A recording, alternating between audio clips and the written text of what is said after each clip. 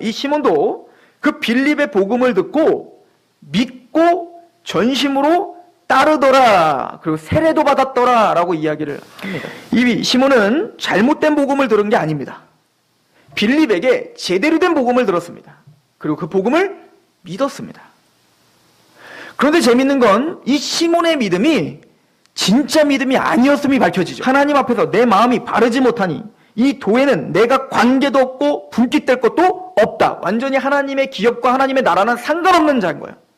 성경은 믿고 따랐다고 하는데 그 믿고 따름이 하나님의 나라와는 전혀 상관없는 것이다. 성경은 믿음이라는 단어를 쓸 때 거짓 믿음과 참 믿음을 구분해서 쓰지 않아요.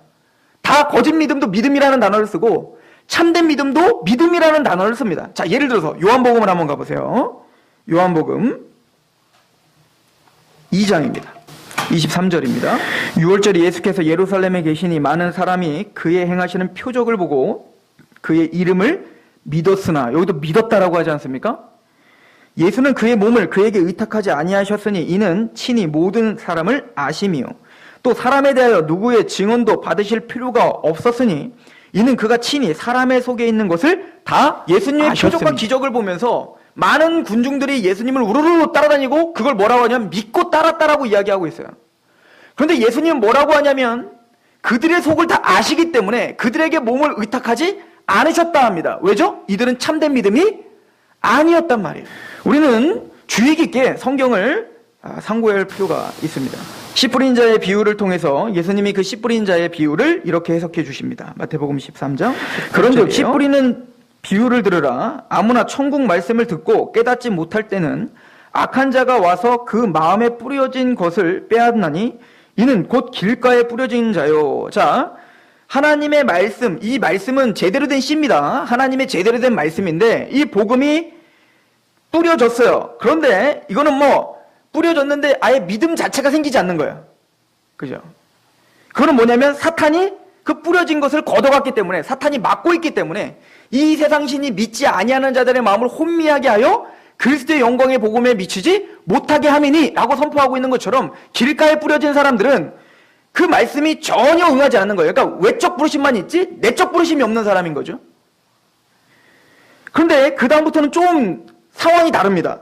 20절을 보시면 돌밭에 뿌려졌다는 것은 말씀을 듣고 즉시 기쁨으로 받아요. 이건 뭐냐면 그 복음을 듣고 믿어진 겁니다. 그리고 감격한 겁니다. 우리가 말하는 구원의 확신이 있었던 거예요. 기쁨으로 받는 겁니다. 그 복음을 마음껏 받는 거예요. 이 시몬처럼 믿고 따르는 겁니다. 그런데 21절을 보십시오. 그 속에 뿌리가 없어 잠시 견디다가 말씀으로 말미암아 환난이나 박해가 일어날 때에는 곧 넘어지는 자요. 즉 그 예수님을 따르던 무리들에게 그랬죠. 예수님의 표적과 그 기사를 보고 믿고 따랐으나 나중에 예수님이 십자가에 대한 이야기와 너희들도 나와 같이 십자가를 지고 따라야 된다고 이야기할 때 다 도망을 가버립니다. 거짓 확신이었던 거죠. 거짓 믿음이었던 겁니다. 22절도 동일한 양상이 벌어집니다. 가시떨기에 뿌려졌다는 것은 말씀을 들었으나 세상의 염려와 재물의 유혹에 말씀이 막혀 결실하지 못한 자요. 좋은 땅에 뿌려졌다는 것은 말씀을 듣고 깨닫는 자니 결실하여 어떤 것은 100배, 어떤 것은 60배, 어떤 것은 30배가 되느니라 하시네. 열매입니다. 시몬은 그 제대로 된 복음을 들었지만 믿고 전심으로 따랐고 전심으로 열심을 냈지만 사도 베드로와 요한이 그를 검증한 바 그는 그 복음을 통하여 정말 전심으로 주 예수 그리스도 앞에 자신을 헌신하고 왕으로 모시는 것이 아니라 그 복음을 통하여 자신의 이득과 자신의 이익을 추구하기 위한 그 욕심을 내려놓지 못한 거였어요. 말로는 예수님을 믿는다고 했지만, 말로는 예수님을 따른다고 했는데, 말로는 십자가를 믿는다고 했는데 그 십자가는 자신의 액세서리였던 거예요. 구원의 확신도 있고 믿음도 있다 하지만 그의 삶 속에 나타나는 그 낮아짐과 겸손과 주님 앞에 몸부림침과 죄에 대한 애통과 그 결실과 그 열매가 전혀 없는 상태가 된 거죠. 21절을 다시 한번 가보세요. 사도행전 8장 21절. 하나님 앞에서 내 마음이 바르지 못함이니 이 도에는 내가 관계도 없고 분깃이 될 것도 없느니라. 그러므로 너의 이 악함을 회개하고 주께 기도하라. 혹 마음에 품은 것을 사하여 주시리라. 그러니까 너는 말로 믿는다는 걸 하지 말고 제대로 회개하라는 거예요. 회심을 하라라고 하는 거죠. 그리고 말하는 거예요. 22절에 내가 보니 너는 악독이 가득하며 불의에 매인받았다. 여전히 죄 가운데 매여 있고 여전히 죄를 사랑하고 여전히 하나님의 것을 좋아하지 않고 나를 하나님을 이용하여 자신이 자칭 큰 자요 또 내가 하나님의 능력이란 칭함을 받으면서 그거를 즐거워했던 어떤 이기적인 욕심이 예수님을 믿었다고 하고도 전혀 달라진 게 없는 겁니다. 여전히 그 욕심은 그대로 있으면서 말만 세상적인 방법이 아니라 하나님의 방법으로 그 욕심을 채우려고 하는 그 죄성은 그대로 있으면서 스스로 속고 착각하고 있는 그 시몬에 대하여 베드로는 회개하라고 경고한 것입니다. 우리가 말하는 믿음이란 말장난이 아닙니다. 로마서에서 말하는 믿음이란 그 믿음은 구원을 주는 능력의 믿음을 말하는 겁니다. 우리의 삶의 전체적인 사고체계와 방향을 전환시켜주는 믿음을 말하는 겁니다. 야고보서에서 말하는 믿음은 귀신이 믿는 믿음을 말하는 거예요. 즉 지적인 믿음을 말합니다. 지식적인 믿음. 야고보서 2장 14절입니다. 내 형제들아 만일 사람이 믿음이 있노라 하고 행함이 없으면 무슨 유익이 있으리요? 그 믿음이 능히 자기를 구원하겠느냐? 믿음이 있노라 하고 행함이 없다면 그게 진짜 믿음이겠느냐? 너희를 정말 지옥에서부터 저 밑바닥 지옥에서부터 끌어올려 너희를 영원한 영광스러운 천국으로 보내는 그 믿음이라고 하는 것이 정말 너희를 변화시킬 수 있는 아무 능력이 없단 말이냐? 정말 너희의 가치관을 변화시키는 아무 능력도 없단 말이냐? 정말 너의 삶을 하나님의 말씀 앞에 고정시키고 몸부림치게 하는 아무 능력도 없단 말이냐? 그게 어떻게 믿음이냐? 15절에 이렇게 말합니다. 만일 형제나 자매가 헐벗고 일용할 양식이 없는데 너희 중에 누구든지 그에게 이르되 평안히 가라, 덥게 하라, 배부르게 하라 하며 그 몸에 쓸 것을 주지 아니하면 무슨 유익이 있으리요? 이와 같이 행함이 없는 믿음은 그 자체가 죽은 것이라. 어떤 사람은 말하기를 너는 믿음이 있고 나는 행함이 있으니 행함이 없는 내 믿음을 내게 보이라. 나는 행함으로 내 믿음을 내게 보이겠다. 야고보는 난 믿음이 있습니다 라고 하는 걸 믿지 않겠다는 겁니다. 나는 그 믿음을 내 행함으로 보여주겠다 라고 이야기를 합니다. 여러분들은 이 야고보의 말을 어떻게 이해하고 계십니까? 이건 비유풀이가 아닙니다. 그대로 우리에게 주는 명령입니다. 그러니 간단합니다. 사도행전에 우리 신명기 30장에 보면 하나님께서 마음의 할례에 대한 이야기를 합니다. 제가 설교 중에 마음의 할례에 대한 이야기를 많이 했죠. 마음의 할례는 거듭남을 가리키는 겁니다. 그런데 마음의 할례의 특징이 있어요. 뭐였죠? 신명기 30장 6절에 보면 너희는 마음의 할례를 받아 마음을 다하고 뜻을 다하고 목숨을 다하여 너희 하나님을 사랑하라는 거예요. 즉 우리가 거듭나고 의롭다움을 받고 구원받은 하나님의 백성들은 거듭났습니다 라고 할 때는 무미건조한 지식이 아니라 내 마음이 마음의 할례를 받아서 하나님을 사랑하는 사람이 됐단 말이에요. 이거를 마태복음 22장 37절부터 예수님은 이렇게 말합니다. 먼저 첫 번째 계명은 너희가 마음을 다하고 뜻을 다하고 목숨을 다하여 주 너희 하나님을 사랑하는 것과 둘째는 이것이니 내 이웃을 내 몸과 같이 사랑하는 것이다. 이게 율법의 강령이니라 이렇게 말합니다. 지금 예수님은 하나님 사랑과 이웃 사랑에 대한 이야기를 하면서 그것은 십계명 전체를 가리키는 거라고 우리는 매번 배우죠. 하나님에 대한 계명과 이웃에 대한 계명. 즉 우리는 마음의 할례를 받아 구원받았다는 건, 믿음이 생겼다는 건 이제는 하나님을 사랑하게 됐고 하나님을 사랑하는 마음으로 정말 진짜 이웃을 사랑하는 사람이 됐다는 걸, 이게 진짜 믿음이죠. 이런 신구약 전체에 어떤 흐름을 안다면 우리는 참된 믿음이 무엇인지를 정리할 수가 있습니다. 로마서 6장을 가보세요. 6장 15절입니다. 그런즉 어찌하리요? 우리가 법 아래에 있지 아니하고 은혜 아래에 있으니 죄를 지으리요? 그럴 수 없느니라. 우리가 진짜 은혜 아래에 있다면 정말 죄를 짓겠느냐? 그럴 수 없다. 너희 자신을 종으로 내어주어 누구에게 순종하든지 그 순종함을 받은 자의 종이 되는 줄을 너희가 알지 못하느냐? 혹은 죄의 종으로 사망에 이르고 혹은 순종의 종으로 의에, 둘 중에 하나밖에 없는 거예요. 너희가 죄의 종이든지 의의 종이든지 중간지대는 없는 겁니다. 우리가 정말 예수님을 믿어서 그 죄와 사망에 벗어 해방되어 우리가 정말 주님의 종입니다 라고 한다면 이미 우리는 죄의 종에서 끝난 겁니다. 우리는 의의 종이어야 됩니다. 의의 종이란 말 그대로 의에 복종하고 의에 순종하는 사람이 됐다는 거예요. 하나님께 감사하리로다. 너희가 본래 죄의 종이더니 너희에게 전하여 준 바 교훈의 본을 마음으로 순종하여, 이게 구원을 받아 마음의 할례를 받아 이제는 하나님을 사랑하고 이웃을 사랑함으로 마음으로 우리는 이제 그 율법을 따르는 자들이 됐죠. 18절, 죄로부터 해방되어 의의 종이 되었느니라.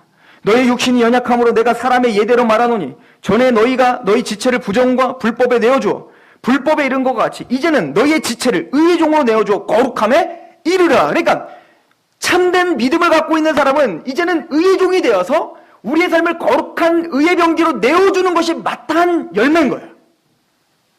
분리될 수 없습니다. 로마서 8장 1절에는 이렇게 말합니다. 그러므로 이제 그리스도 예수 안에 있는 자에게는 결코 정죄함이 없다. 이는 그리스도 예수 안에 있는 생명의 성령의 법이 죄와 사망의 법에서 너희를 해방했어요. 이제는 죄의 종이 아니라 의의 종이 됐다는 얘기인 거죠.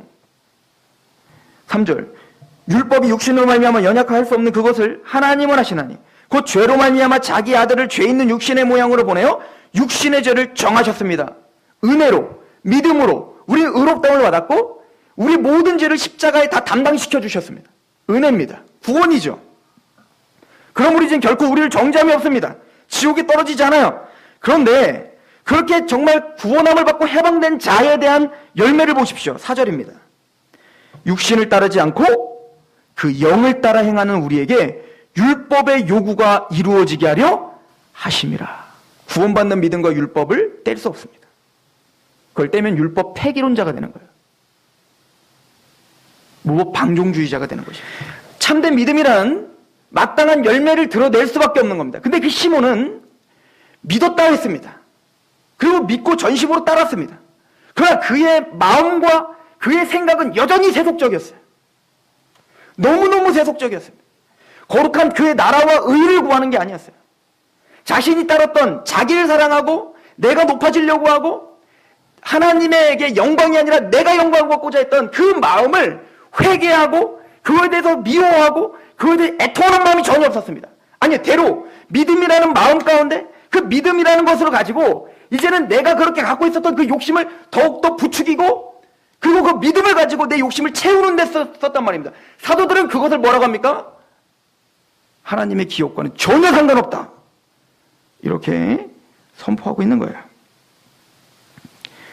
그럼 참된 회심과 참된 믿음을 갖고 있는 바울의 태도는 어땠습니까? 로마서 7장은 이렇게 이야기를 하죠. 로마서 7장 19절. 내가 원하는 바 선을 행하지 아니하고 도리어 원하지 아니하는 바 악을 행하는도다. 만일 내가 원하지 아니하는 그것을 하면 이를 행하는 자는 내가 아니요 내 속에 거하는 죄니라. 죄를 짓습니다. 여전히 넘어지고 여전히 우리는 연약하여 또 나 중심으로 살고 있습니다. 그러나 참된 믿음과 참된 회심을 한 사람이라면 그것이 아무렇지도 않게 보여지면 안 되는 거예요. 여지없이 또 그 욕심과 기만한 것에 넘어지고 있는 나를 보며 미워해야 됩니다. 하나님의 말씀 앞에 내가 또 몸부림치지 못했던 그 삶을 보며 하나님께 죄스러워야 됩니다. 그래서 사도 바울은 이렇게 고백합니다. 21절에 그러므로 내가 한 법을 깨달았노니 곧 선을 행하기 원하는 나에게 악이 함께 있는 것이로다. 내 속삼으로는 하나님의 법을 즐거워하되. 맞아요. 믿음이 있기 때문에 그렇습니다. 마음의 할례를 받았기 때문에 그렇습니다. 구원받았기 때문에 주 너희 하나님을 목숨을 다하고 뜻을 다하고 성품을 다하여 사랑하기 때문에 그 하나님의 법을 사랑합니다. 그 율법을 사랑한단 말이에요. 그런데 23절에 내 지체 속에 다른 법이 내 마음의 법과 싸워 내 지체 속에 있는 죄의 법으로 나를 사로잡는 걸 보는 겁니다. 그래서 오라 나는 공고한 사람입니다 라고 하는 애통과 하나님 앞에 그 부르짖음과 그 죄송스러움과 그 반복적인 회개가 끊임없이 나오는 겁니다. 어제보다 오늘이 더, 1년 전보다 오늘이 더 하나님 앞에 내가 더 죄인이군요를 깨닫고 몸부림치는 사람이 됩니다. 이게 참된 구원과 참된 회심을 경험한 자의 마땅한 태도예요. 사도 바울은 죽기 직전에 편지를 쓰면서 마지막으로 고백하는 게 그것입니다. 나는 죄인 중에 괴수다. 오늘날 사도 바울이 우리와 같이 신앙생활을 한다면 성자처럼 보였을 것입니다. 그런데 사도 바울은 시간이 가면 갈수록 자신이 얼마나 더 큰 죄인인지를 하나님 앞에 구복할 수 없었음을 고백하고 있습니다. 이게 참된 믿음에 가진 자의 열매입니다. 개혁주의란 사도들의 그 믿음과 사도들의 그 신앙을 고수하고 보수하려는 게 개혁주의입니다. 나의 감정과 나의 사상이 어떻든 하나님의 말씀 앞에 굴복시켜 오늘도 나를 개혁시키는 것이 개혁주의입니다. 벨직 신학 고백서는 이렇게 이야기합니다. 그러므로 사람이 이런 거룩한 믿음을 갖고도 내면의 열매를 맺지 못한다는 것은 있을 수 없다. 우리는 헛된 믿음에 대해 말하는 것이 아니라 헛된 믿음, 그 시몬처럼 나는 그 복음을 믿고 따릅니다 라고 하는 말로 하는 그 헛된 믿음을 말하는 게 아니에요. 성경이 말하는 사랑으로서 역사하는 믿음이라면, 정말 그 사랑으로, 십자가의 사랑으로 마음의 할례를 받고 정말 깨어진 마음으로 정말 예수님을 따르는 믿음이라면, 참된 믿음이라면 내면의 열매를 맺지 못하는 것은 있을 수 없다. 이게 우리의 하이델베르그 요르문답 제32주 86문엔 우리가 우리의 공로는 조금도 없이 그리스도로 말미암아 오직 은혜로 비참한 삶에서 구원을 받았는데 왜 우리는 여전히 선행을 하지 않으면 안 됩니까? 그거에 대한 대답을 합니다. 그리스도께서 그의 피로 우리를 속량하여 구원하셨고 또한 성령으로 우리를 새롭게 하시고 그의 형상을 닮게 하심으로 우리가 우리의 삶 전체를 통해 하나님께 베풀어 주신 복에 대해 하나님께 감사를 나타내기 위해서입니다. 즉 우리가 그 말씀을 지켜 선행하려고 하는 것은 하나님께 감사를 드리고 예배를 드리기 위함이라는 거죠. 그리고 하나님께서 우리를 통해 찬양받으시게 하시기 위하여 또한 우리 각 사람이 믿음의 열매로 자기의 믿음에 대한 확신을 얻기 위함입니다. 믿음의 증거를 뭘로 갖고 있어요? 그 선행의 그 열매. 우리의 믿음이 더욱더 확신되게 하기 위한 방편이 열매였던 거예요. 웨스민스터 신앙고백서도 동일합니다. 이번에 보시면 이러한 선행은 하나님의 계명에 순종하여 행하는 것으로서 참되고 살아있는 믿음의 열매이며 증거입니다. 이것이 우리의 고백입니다.